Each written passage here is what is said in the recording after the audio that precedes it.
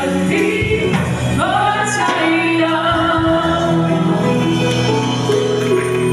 bersyukur Tuhan, kebaikan Tuhan yang kami alami sepanjang kehidupan kami. Saat ini kami, anak-anakmu, kami umatmu telah memuji menyembah Engkau. Tiba saatnya kami rindu mendengarkan kebenaran firman Tuhan.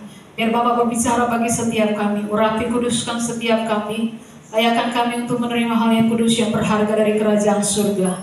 Tuhan tolong kami agar sepanjang pengiringan kami kepada Tuhan, kami dapat bertumbuh, kami dapat berbuah dalam kehidupan ini. Kami dapat menghasilkan buah-buah yang akan bisa dinikmati oleh Tuhan dan oleh sesama. Tuhan ampuni kami apabila Engkau dapati kami menjadi orang Kristen yang puluhan tahun ikut Tuhan tapi tidak bertumbuh. Kami stagnan seperti pohon plastik yang tidak bisa bertumbuh. Tuhan ampuni kami dan Tuhan tolong setiap kami saat ini, hari ini, agar kami menjadi Kristen yang iman kami terus berlari dalam Tuhan, terus bertumbuh dalam Tuhan. Karena kami tahu waktu singkat, biar setiap kami Tuhan Yesus terus memacu diri kami dan terus bertumbuh di dalam Tuhan. Di dalam nama Yesus, urapi kuduskan hamba-Mu Tuhan, pakai hamba-Mu menjadi alat dalam tangan menyampaikan kebenaran firman Tuhan. Dan kami percaya saat firman Tuhan disampaikan, yang sakit disembuhkan, yang lemah dikuatkan, yang bimbang diberikan keteguhan kepastian dalam Tuhan.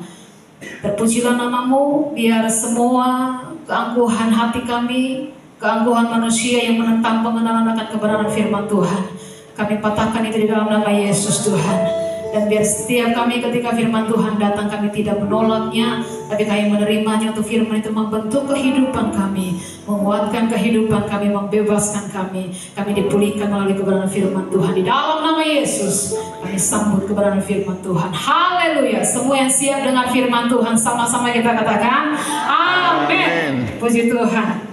Shalom. Shalom, shalom, shalom. Yesus dahsyat. Sekali lagi shalom. Shalom, shalom, shalom. Yesus dahsyat. Puji Tuhan. Selamat datang Bapak Gembala Fok Ambon. Ya, saya agak sedikit gugup ya. Ya, puji Tuhan. Tema gereja kita masih tentang terus berlari. Ya, pesan Tuhan masih terus diulang bagi kita tentang jangan berhenti berlari. Sebab dunia sekarang semua sedang berlari, bahkan kecepatannya makin cepat. Semakin hari makin cepat, bukan berjalan tapi berlari. Dengan adanya teknologi yang semakin cepat sekarang ini, seperti misalnya mobil ya, mobil atau kendaraan listrik yang sekarang sudah mulai keluar baru. Nah, Bapak Ibu yang diberkati oleh Tuhan, semakin teknologi berlari, semakin segala sesuatu yang ada dalam dunia ini berlari. Bahkan tingkat dosa, tingkat amoral, tingkat kejahatan pun berlari. Maka Tuhan mengingatkan kita lewat Bapak Gembala, ya, bagaimana dengan anak-anak Tuhan jika dunia terus berlari? Banyak anak-anak Tuhan yang masih jalan di tempat, yang masih berlari di tempat, banyak yang masih loyo, bahkan ada yang lemas, ada yang sudah berhenti berlari. Minggu lalu saya sudah pernah jelaskan mengapa orang berhenti berlari. Salah satunya karena tidak punya tujuan, tidak tangkap visi daripada Tuhan. Akhirnya dia tidak tahu arah kemana dia harus melangkah. Ada juga yang mungkin kehabisan bahan bakar di tempat mati. Ada yang sudah puas dan merasa cukup.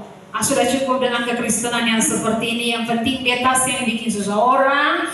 Yang penting beta tetap agama Kristen, saya pindah agama. Ini sudah cukup.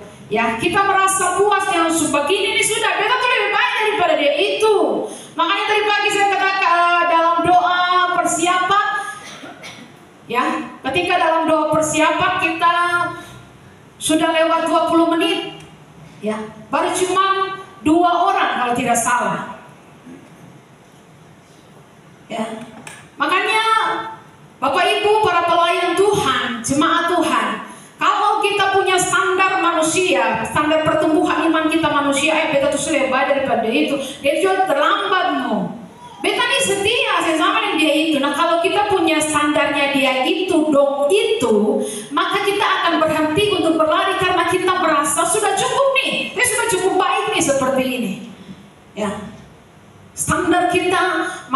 manusia. Nah, itu membuat langkah kita berhenti, kita tidak lagi berlari dalam kehidupan ini. Nah, Bapak Ibu, pesan Tuhan selama sebulan ini dari awal Maret hingga sudah mau akhir Maret ini, jelas Tuhan mau jemaat Tuhan GBI Hati Hamba Somlaki untuk terus berlari. Ayub 14 ayatnya yang ke-7 hingga ayatnya yang ke-10. Ayub 14 ayatnya yang ke-7 hingga ayatnya yang ke-10. Kalau Bapak Ibu sudah dapat, saya ajak kita semua bangkit berdiri dan kita akan baca firman Tuhan secara bersama-sama. Ayub 14 ayatnya yang ke-7 hingga ayatnya yang ke-10. Kalau Bapak Ibu tidak keberatan, saya minta yang wanita akan baca mulai dari ayatnya yang ke-7 bergantian dengan pria di ayatnya yang ke-8 hingga ayat 10 kita baca secara bersama-sama. Mari yang wanita 1, 2, 3. Karena bagi pohon masih ada harapan, apabila ditebang ia bertunas kembali dan tunasnya tidak berhenti tumbuh. Apabila akarnya menjadi tua di dalam tanah dan tumbuh mati di dalam debu, maka bersedia ia setelah diciumnya air dan dibelokkannya lahan seperti semai. Sama-sama. tetapi bila manusia mati, maka tidak berdaya ia. Bila orang binasa, di manakah ia? Amin. Untuk firman Tuhan, Bapak Ibu dipersilakan duduk kembali. Ini firman Tuhan yang ditulis oleh Ayub, ya. Dan saya tangkap bahwa ini berhubungan dengan tema firman Tuhan kita di minggu-minggu ini. Ayub membandingkan manusia dengan ciptaan makhluk hidup yang lain seperti pohon. Dikatakan dalam ayat ini pohon pun masih bisa bertumbuh, pohon pun masih bisa menghasilkan regenerasi. Ini manusia bagaimana? Ayub merasa pada waktu itu keadaannya masih hidup, tapi seperti sudah mati. Karena bagi pohon masih ada harapan, apabila ditebang, ia bertunas kembali dan tunasnya tidak berhenti tumbuh. Nah, saya mendapatkan beberapa poin penting di sini supaya kita jangan berhenti berlari atau bertumbuh dalam iman kita kepada Tuhan. Yang pertama di ayatnya yang ke-7 bagian A, dikatakan di sana karena bagi pohon masih ada harapan, supaya kita bisa terus berlari, bertumbuh dalam iman kita kepada Tuhan. Yang pertama, miliki pengharapan di dalam Tuhan. Karena bagi pohon masih ada harapan. Apa yang hilang dari Ayub? Apa yang hilang dari orang-orang percaya hari-hari ini? Ya, sehingga membuat kita tidak lagi berlari. Karena kita tidak memiliki pengharapan. Tanpa pengharapan, walaupun seorang hidup, sebenarnya dia sudah mati. Dia sudah tidak lagi berlari, diam di tempat. Dia sudah tidak lagi melakukan apa-apa. Di sini kita melihat Ayub membandingkan bagaimana hidup manusia dengan kelompok makhluk hidup yang kelasnya jauh di bawah manusia, jauh kualitasnya. Ya. Manusia kelasnya lebih tinggi, tapi kalah dengan ciptaan yang lain seperti pohon. Pohon masih memiliki pengharapan. Pengharapan ini sangat penting dalam kehidupan kita. Coba kita lihat Amsal 18 ayat yang ke-14. Bapak Nus tolong bacakan bagi kita. Amsal 18 ayat 14.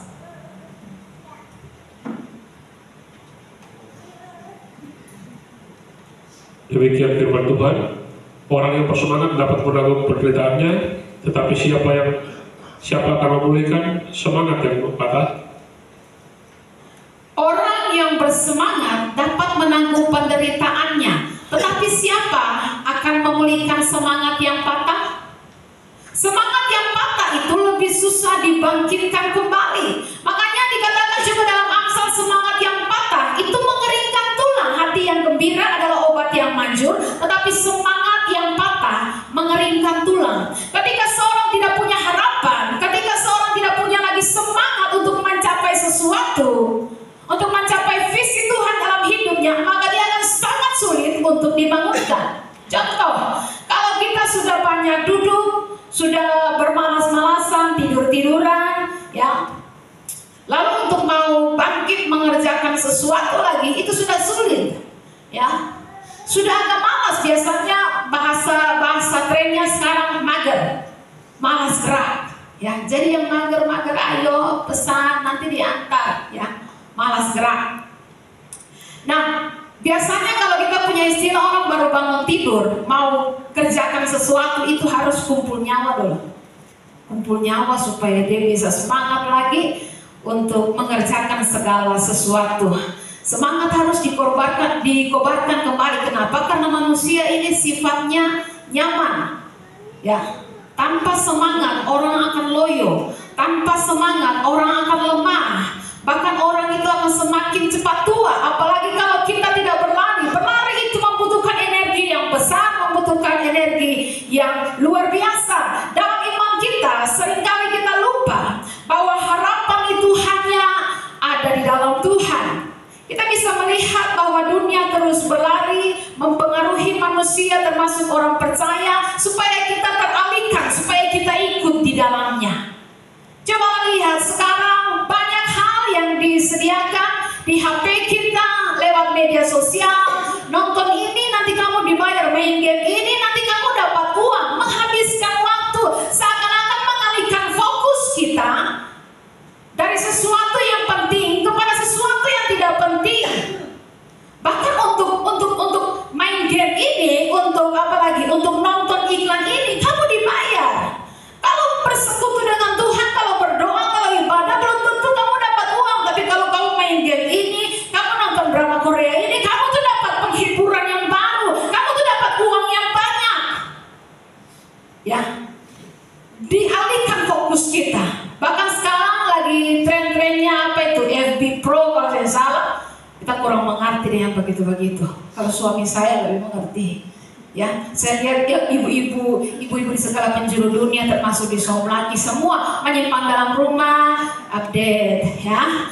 Apalagi goreng ikan, ya guys, kita akan segera goreng ikan. Ya, ini cara bikin ikan bumbu balado, bumbu Pakistan. Sebagai saya punya suami punya satu bumbu ikan, namanya ikan bumbu kuning Pakistan. Tidak tahu apa bumbu Pakistan sebelah mana. Pokoknya ikan bumbu kuning Pakistan. Ya, sebenarnya saya coba lah bikin ikan bumbu kuning Pakistan itu, lalu bikin kasnai real. Kata berapa yang nonton, berapa yang tertarik. Ya, ataukah ikan kuah asam apa? Arab Saudi. Ya, cobalah abang pulang lalu bikin. Pokoknya abang ini juga update selalu, realnya naik terus. Ya, jadi jangan sampai perhatian kita teralihkan dari Tuhan kepada hal-hal. Pastinya bahwa memang kita tidak ketinggalan dengan teknologi, tapi pastinya kita harus tetap punya waktu yang khusus dengan Tuhan. Amin. Supaya kita tidak teralihkan fokus kita. Banyak sekali hal-hal yang tidak kita sadari bahwa dunia sedang menarik kita untuk menjauh daripada Tuhan. Menarik kita begitu dalam. Ya. Ada hal-hal saja yang menarik dalam pekerjaan, ada hal-hal saja yang menarik kita dalam hal hobi kita. Ya. Semangat kita hanya di dalam dunia ini, bukan lagi untuk Tuhan. Dalam Amsal 23 ayat 17 hingga ayatnya yang ke-18.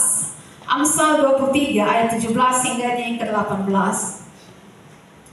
Janganlah hatimu iri kepada orang-orang yang berdosa, tetapi takutlah akan Tuhan senantiasa, karena masa depan sungguh ada dan harapanmu tidak akan hilang. Amin. Amin. Karena masa depan sungguh ada dan harapanmu tidak akan hilang. Mengapa kita harus takut akan Tuhan? Mengapa kita harus terus mencari Tuhan? Di situ dikatakan karena masa depan sungguh ada dan harapanmu tidak akan hilang. Seseorang yang mengerti bahwa dia masih punya masa depan di dalam Tuhan, masih punya harapan di dalam Tuhan, ya, dan harapannya tidak akan hilang, semangatnya pun akan terus menyala-nyala untuk Tuhan. Ada amin. Amin. Ya.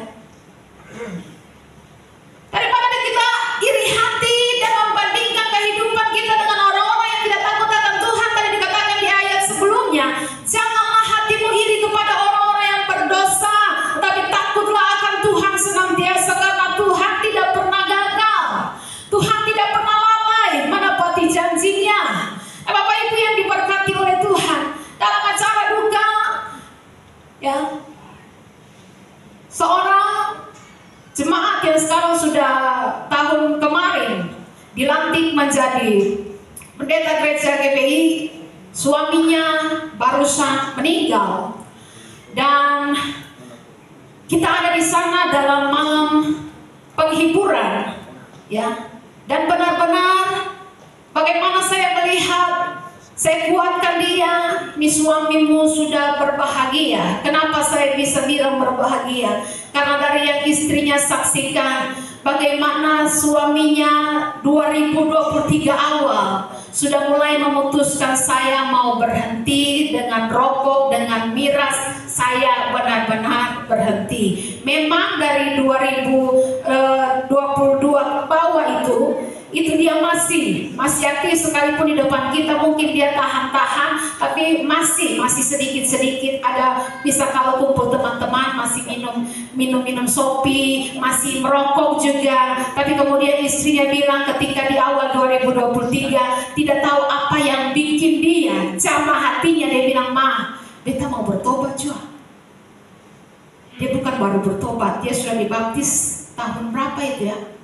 Ya sudah cukup lama, ya. Dia sudah dibaptis cukup lama. Tapi kemudian baru 2023 awal, sebelum didoakan pelepasan, karena saya pikir setelah doa pelepasan baru dia benar-benar pulih. Tapi ternyata istrinya bilang tidak, sebelum itu dia sudah memutuskan, "Ma, kita mau bertobat sungguh-sungguh, kita mau kasih tinggal rokok dan miras dan semua, kita punya kebiasaan yang tidak baik, kita mau kasih tinggal." Dan akhirnya benar-benar dia ambil keputusan, didoakan pelepasan bagi suami istri, dan mereka terus hidup sungguh-sungguh, dikirimkan ke tempat rintisan mereka di Wat Muri. Ya, istrinya bilang di sana justru dia lebih aktif dari saya. Dia lebih aktif untuk memberitakan Injil buat teman-temannya. Dia serukan pertobatan untuk semua teman-teman di kampungnya.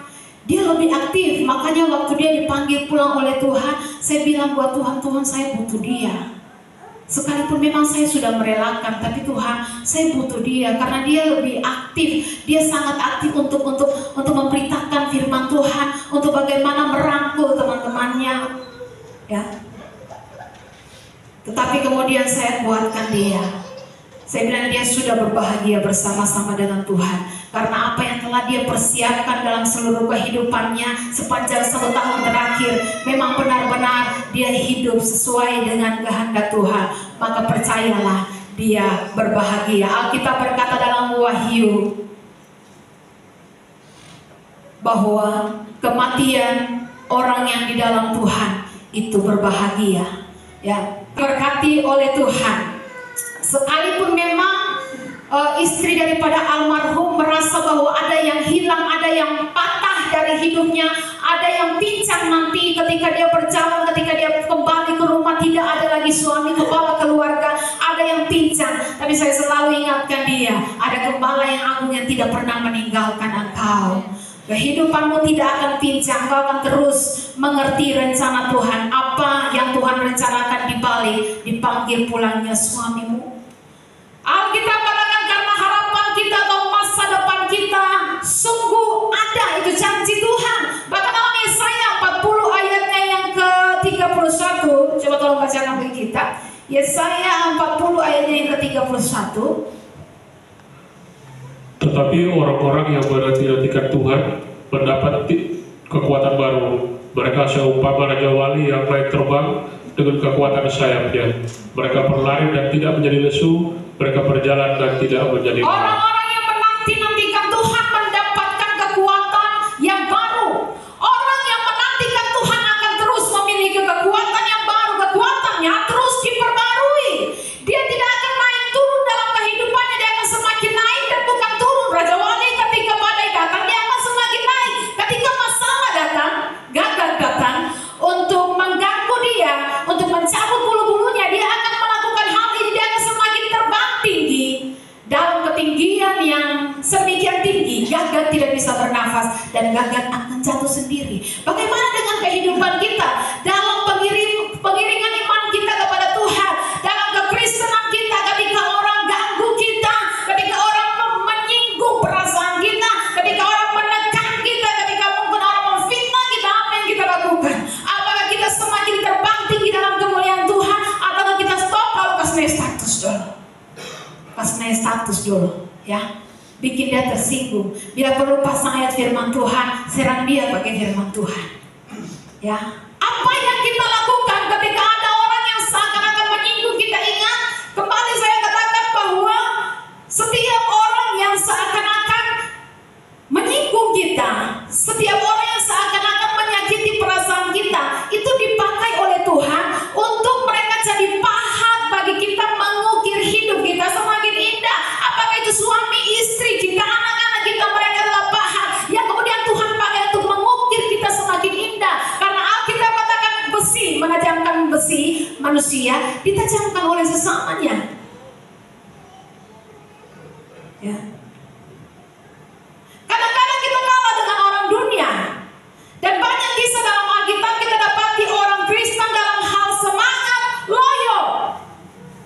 Yesus pernah bertemu dengan perempuan Kanaan Sirofenesia, dan Yesus katakan tidak layak, katakan kepada perempuan ini, tidak layak bahwa dia mendapat bagian dalam hal-hal yang disediakan bagi orang Israel. Tidak baik mengambil roti yang disediakan bagi anak-anak lalu melemparkannya kepada anjing. Tapi bagaimana wanita ini tidak patah semangatnya, sekalipun dibilang anjing, kita belum dibilang anjing juga udah tersinggung sedikit. Atau saya mau datang ibadah lagi. Wanita yang tidak percaya kepada Tuhan, yang dia belum pernah dengar tentang Tuhan, dia bukan Israel, dia bukan umat Tuhan.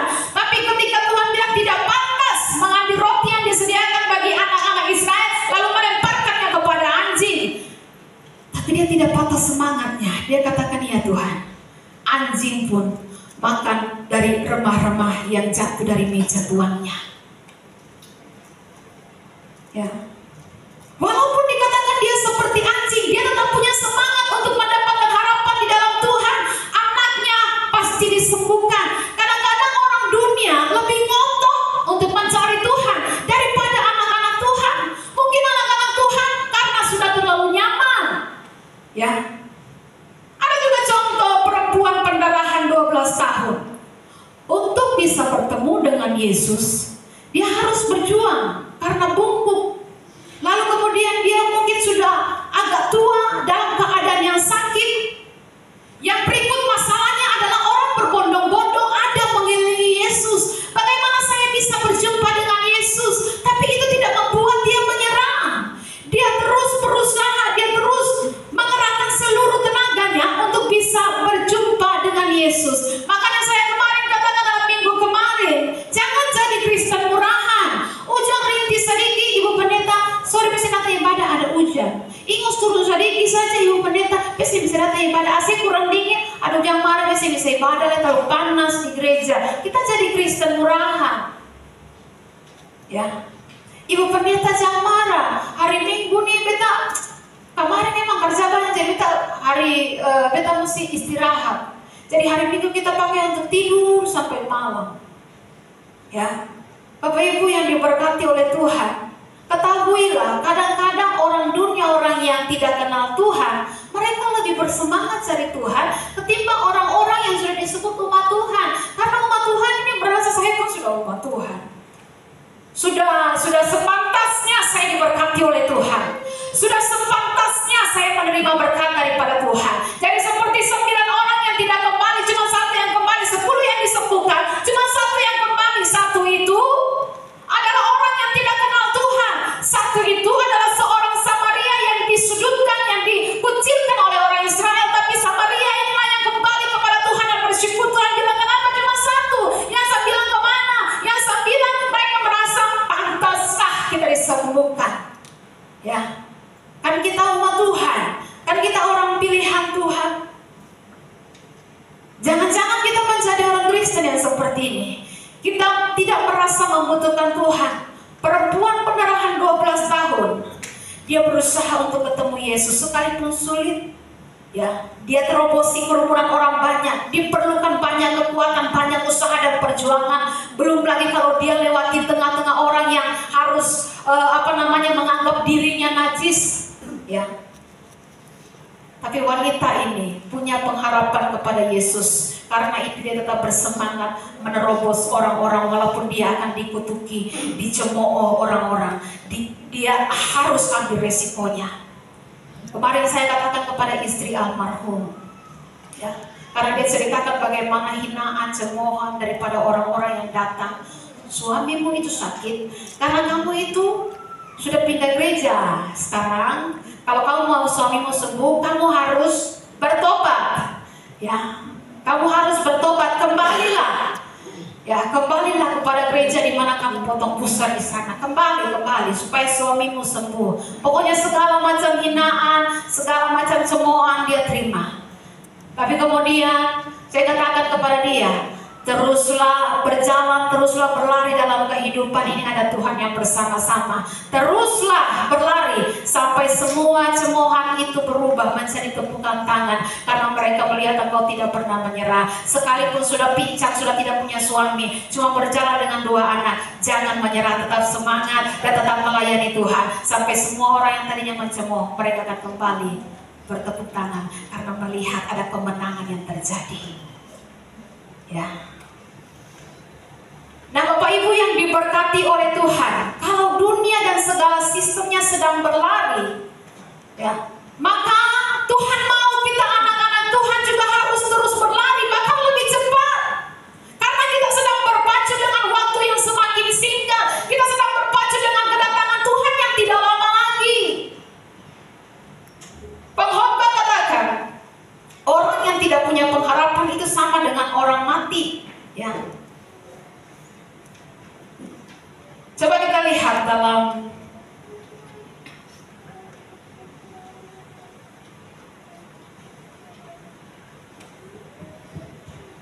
Pengkhotbah 9 ayatnya yang keempat.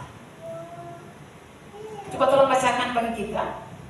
Tetapi siapa yang termasuk orang hidup mempunyai harapan, karena anjing yang hidup lebih baik daripada singa yang mati. Anjing yang hidup lebih baik daripada singa yang mati. Anjing itu kualitasnya bukan di bawah, jauh di bawah singa. Ya, kalau dibandingkan dengan singa, anjing itu kualitasnya sangat jauh di bawah singa. Tapi dikatakan bahwa anjing yang hidup lebih baik daripada singa yang mati. Itu menggambarkan orang yang kehilangan pengharapan. Itu sama dengan orang yang mati. Jadi yang pertama, supaya kita bisa terus berlari dalam hidup ini, kita harus tetap punya pengharapan di dalam Tuhan, supaya kita jangan berhenti untuk berlari. Yang kedua, supaya kita bisa terus berlari dan jangan berhenti dalam kehidupan pengiringan kita kepada Tuhan. Yang kedua, ayatnya yang ke-9 dari Ayub 14, pembacaan kita tadi. Ayub 14 ayatnya yang ke-9 bagian A, coba tolong dibacakan.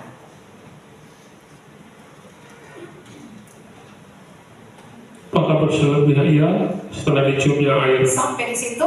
Maka bersemilah ia setelah diciumnya air. Ayub menggambarkan sebuah pohon yang harusnya hampir mati, yang harusnya sudah tidak ada harapan, tapi setelah dia mencium adanya air, bersemi kembali ia, hiduplah kembali ia. Ya, ada satu istilah biologi, hidrotropisme. Di sini kan ada lulusan-lulusan biologi murni, ada beberapa ya, ada 2 kalau tidak salah. Kalau saya salah, tolong dikoreksi. Ya, itu artinya pergerakan akar mencari air.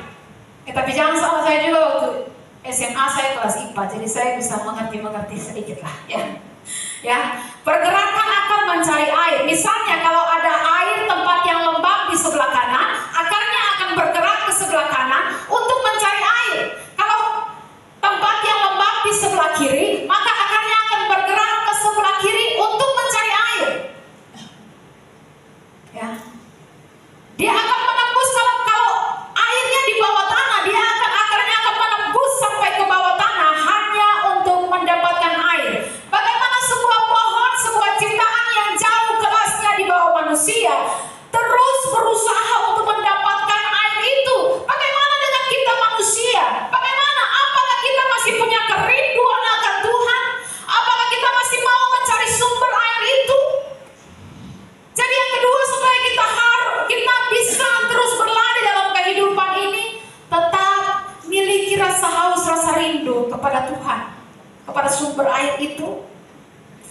Dalam Alkitab ada kisah perempuan Samaria yang hidupnya dikucilkan atau bahkan jadi bahan omongan orang karena kawin cerai.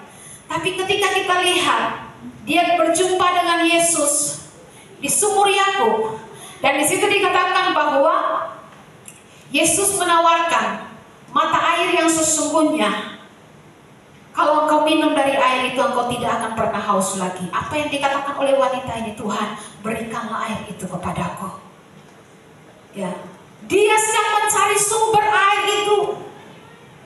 Apakah kita sebagai orang Kristen umat Tuhan masih haus untuk mencari sumber air itu? Atau kita sudah merasa cukup, tidak haus lagi? Tidak merasa membutuhkan Tuhan lagi? Pohon yang hampir mati, ketika dia mencium ada air di situ, ketika akarnya mencium ada air dekatnya, dia akan hidup lagi, dia akan bertunas lagi. Tapi kita, manusia, orang Kristen, apakah kita masih punya kerinduan sama seperti perempuan Samaria ini? Perempuan yang bukan orang percaya. Samaria itu dianggap tidak layak dalam mendapatkan janji-janji Tuhan. Tapi ketika dia ditawarkan air, dia cepat-cepat ambil, dia minta. Mazmur 1 ayatnya yang ke-1 hingga yang ke-3 menjelaskan bagaimana sebuah pohon ketika dia ditanam di tepi aliran air yang begitu berlimpah. Coba kita baca Mazmur 1 ayatnya yang ke-1 hingga ayatnya yang ke-3. Berbahagialah orang yang tidak berjalan menurut nasihat orang fasik, yang tidak berdiri di jalan orang berdosa, dan yang tidak duduk dalam perkumpulan pencemooh. Tetapi yang kesukaannya ialah Taurat Tuhan, dan yang merenungkan dengan Taurat itu siang dan malam.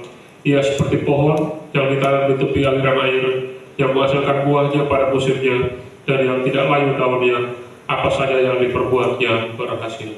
Apa saja yang diperbuatnya berhasil. Dia selalu menghasilkan buah pada musimnya. Daud katakan kalau kita adalah orang Kristen yang dekat dengan sumber air itu, seharusnya hidup kita menghasilkan buah pada musimnya. Berbeda dengan pohon yang tidak mendapatkan air, dia akan kering dan mati. Kita harus terus mencari air itu, terus merindukan air itu. Bahkan pemazmur katakan seperti rusa yang merindukan sungai yang berair. Ya, terus rindukan Tuhan dalam kehidupan kita supaya kita punya kekuatan untuk bisa terus berlari dalam iman kita kepada Tuhan. Tadi dikatakan sebuah pohon itu akan mendapatkan banyak buah ketika ia ditanam di dekat aliran air. Apakah keadaan kita sudah demikian? Sudah ditanam seperti pohon di tepi aliran air? Kalau kita sudah hidup dalam kekristenan kita dekat dengan Tuhan, apakah hidup kita sudah berbuah? Atau jangan-jangan kita seperti peribahasa, seperti tikus yang mati di dalam lumbung padi? Dekat dengan makanan tapi bisa mati. Dekat dengan makanan tapi bisa kelaparan. Jangan-jangan kita menjadi orang Kristen yang dekat dengan Tuhan, dekat dengan sumber air. Begitu banyak air, tapi air itu tidak kita gunakan, air itu tidak kita pakai. Ya.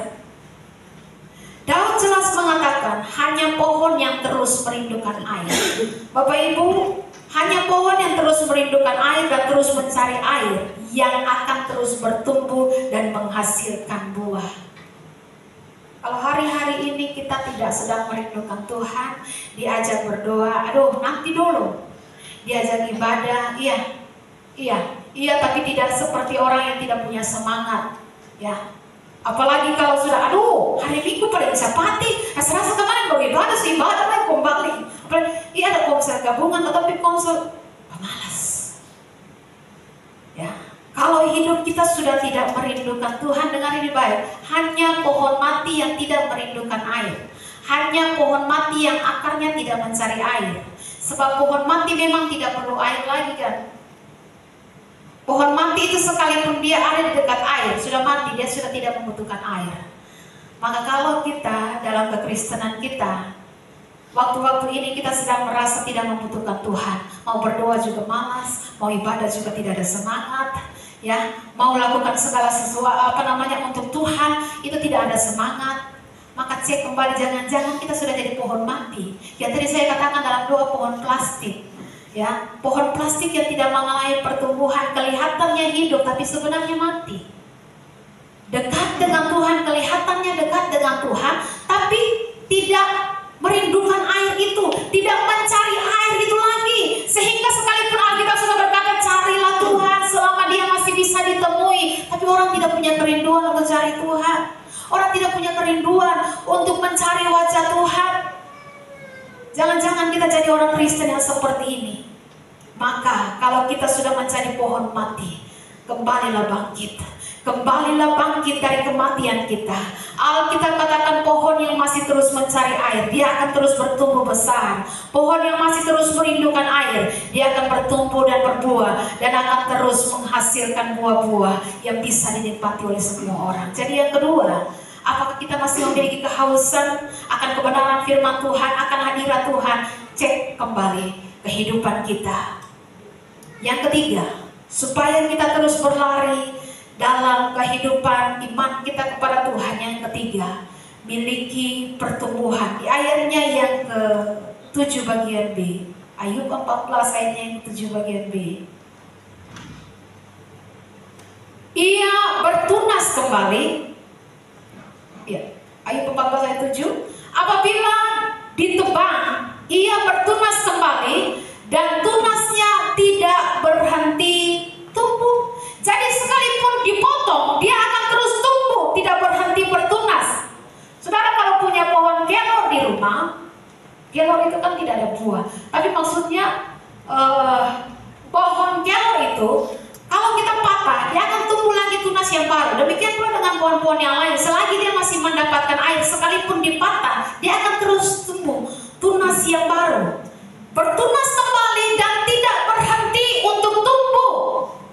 Bagaimana dengan kita ketika masalah tantangan datang seperti dibersihkan, dipatah?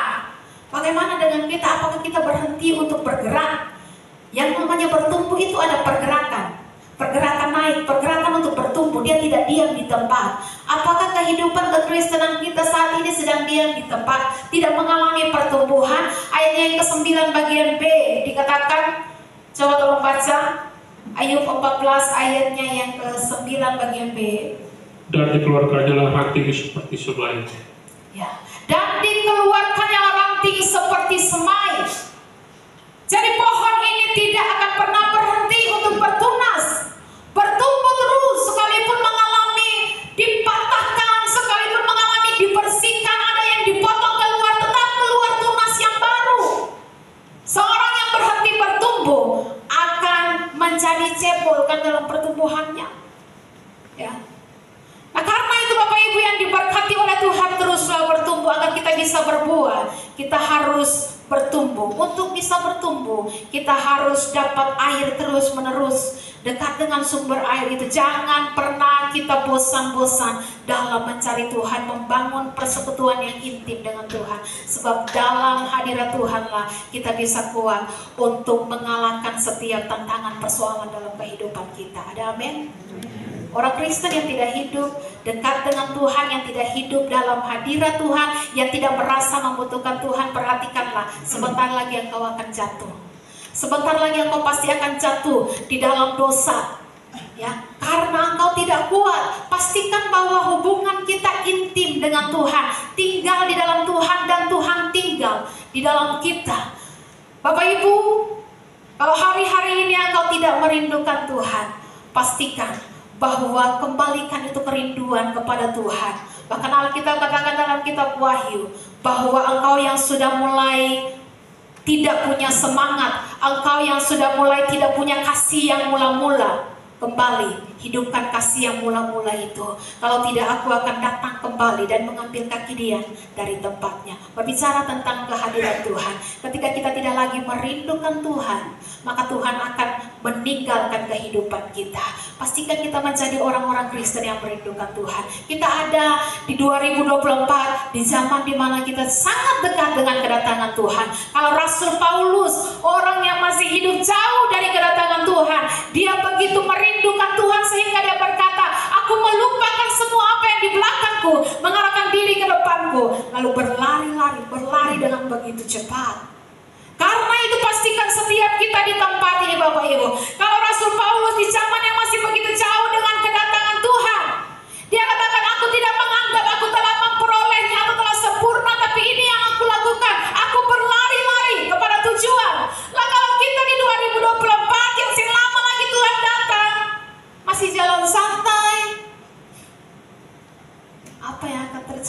kita. Ya, pasti akan ketinggalan. Makanya saya katakan minggu kemarin, jalan untuk sampai ke surga itu sempit, Pak, sempit. Kalau hari-hari ini engkau berpikir bahwa kekristenan itu seharusnya enak-enak dong, nyaman-nyaman dong, tidak usah terlalu susah, tidak usah terlalu berjuang, jangan terlalu salim, jangan terlalu kudus lagi, sorry ya. Alkitab katakan, Tuhan bilang, jalan ke surga itu sempit, harus berjuang. Kalau cuma jadi orang Kristen yang berusaha, tidak akan sampai masuk ke sana. Sebab jalan ke surga itu sempit dan sedikit orang yang melewatinya. Karena sedikit orang Kristen yang mau untuk repot-repot dalam imannya kepada Tuhan, mau untuk dituntun, mau untuk diarahkan, bersedia beri diri untuk dituntun, tunduk kepada pimpinan. Tapi banyak orang yang tidak mau repot-repot dengan imannya. Makanya Tuhan katakan, lebarlah jalan yang menuju kepada kebinasaan, dan banyak orang yang sedang melewatinya. Kita suka dengan jumlah yang banyak, ya. Kita suka dengan jumlah yang banyak. Ibu pendeta, kayaknya banyak orang tuh suka tuh yang begini, boleh. Ya, kita suka dengan jumlah yang banyak. Banyak orang sementara melewatinya karena orang Kristen lebih banyak, tidak suka direpotkan. Kalau boleh saya jadi Kristen tapi jangan tahu, atau saya punya kehidupan lain. Firman Tuhan tuh bilang kalau atau begini lah, mesti begini, jangan itu, jangan itu. Ya. Jangan terlalu dalam kehidupan. Beta ini kan manusia, harus hidup suka hati beta dong. Kita akan berjuang karena pintu itu sempit dan sedikit orang yang bisa melewati. Kalau engkau hanya berusaha, beta kan sudah berusaha ya beta untuk tinggalkan dosa. Tapi kalau saya bisa, ya mau diapakan lagi? Ya sudah, engkau tinggal saja di luar. Ya, ibu pendeta, beta ini sudah berusaha untuk saya marah-marah, saya emosi lain. Tapi beta percaya, beta pasti masuk surga. Kenapa ya pendeta? Beta ini majelis 3 periode ya pendeta.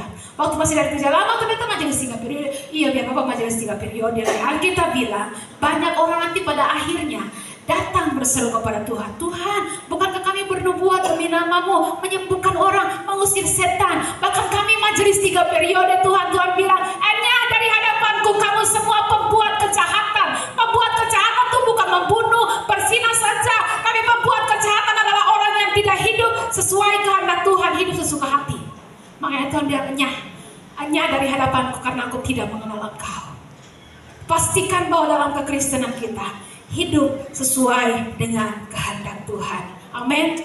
Teruslah bertumbuh dalam iman kita kepada Tuhan, miliki pertumbuhan, rindukan akan Tuhan, dan tetaplah berpengharapan kepada Tuhan.